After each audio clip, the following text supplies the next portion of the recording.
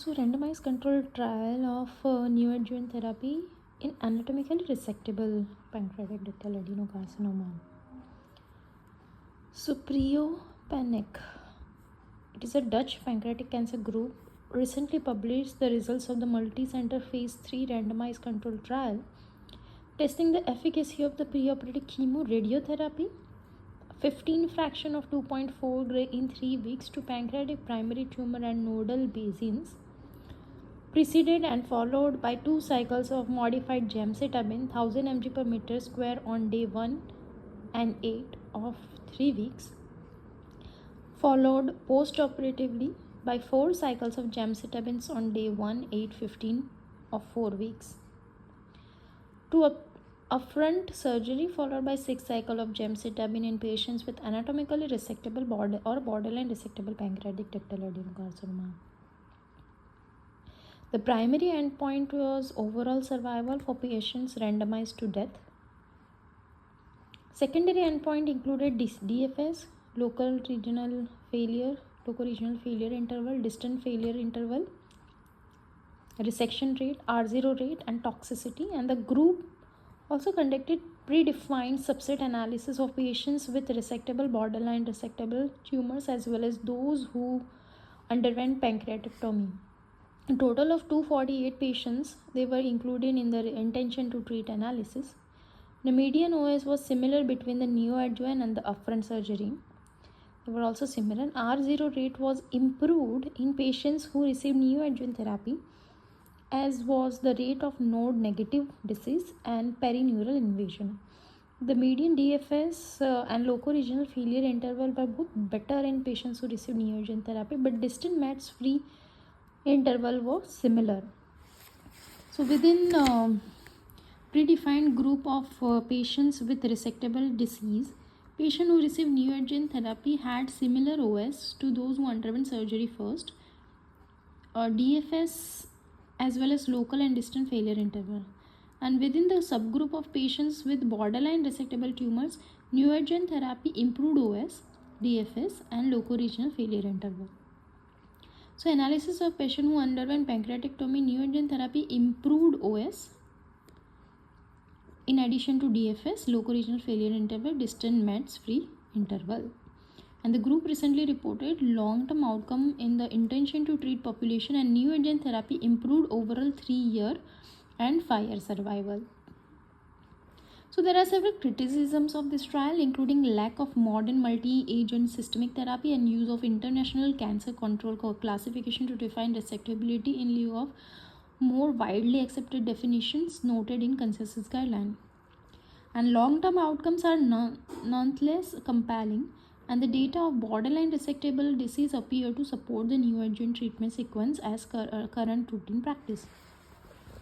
So this was about the PDAC, and second is SWOG S1505.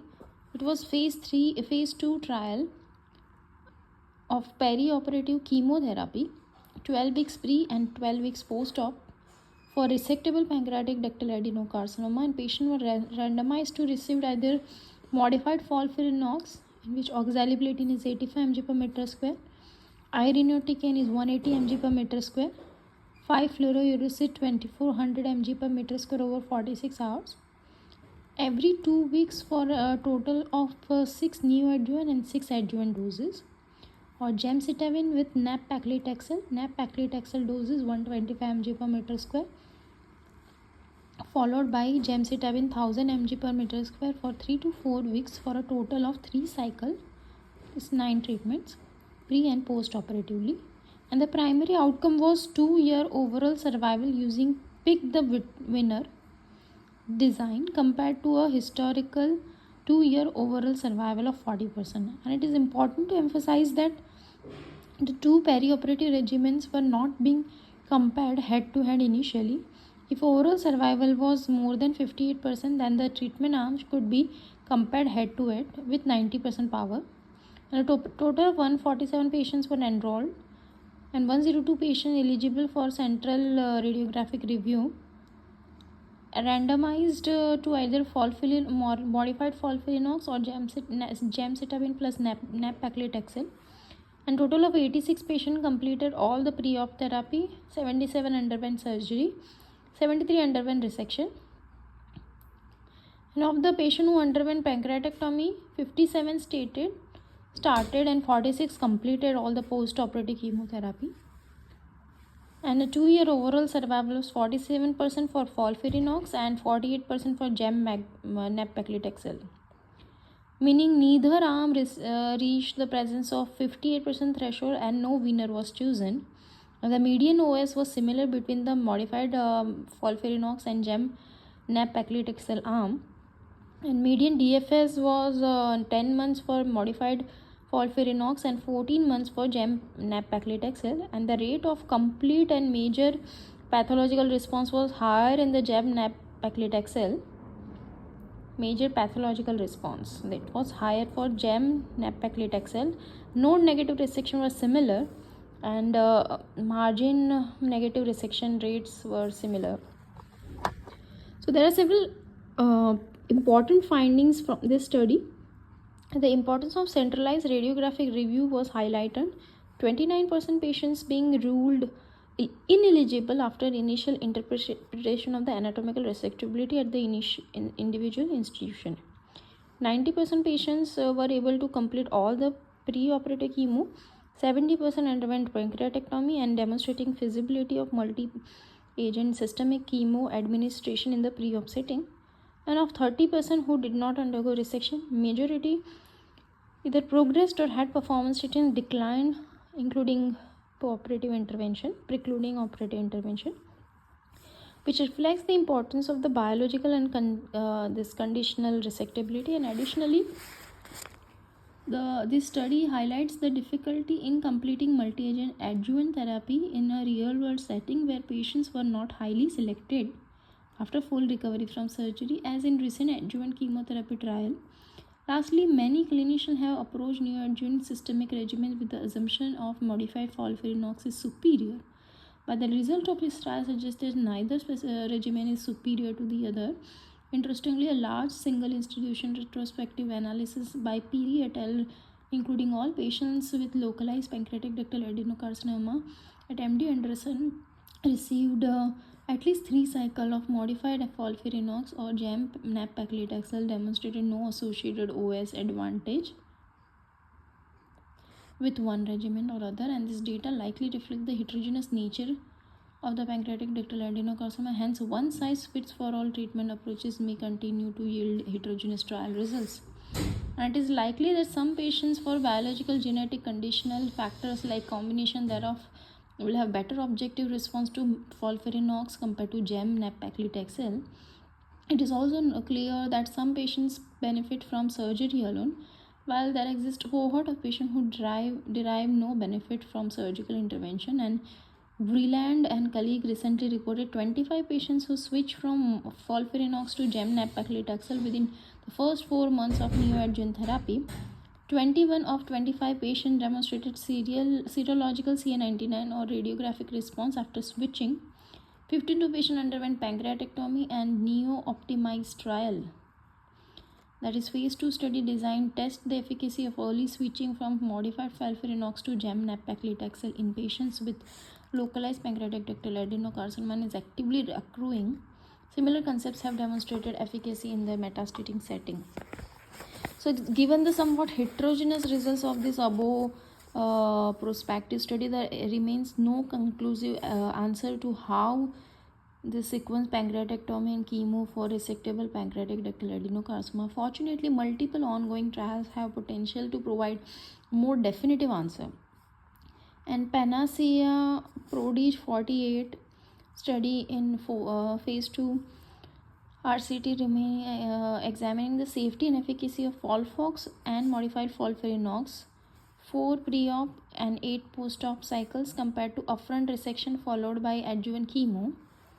And Alliance is phase 3 randomized trial comparing 2-year OS between patients treated with upfront pancreatectomy followed by 12 cycles of FOLFIRINOX who treated with the 8 cycle of neoadjuvant FOLFIRINOX followed by pancreatectomy, and then 4 cycle adjuvant FOLFIRINOX.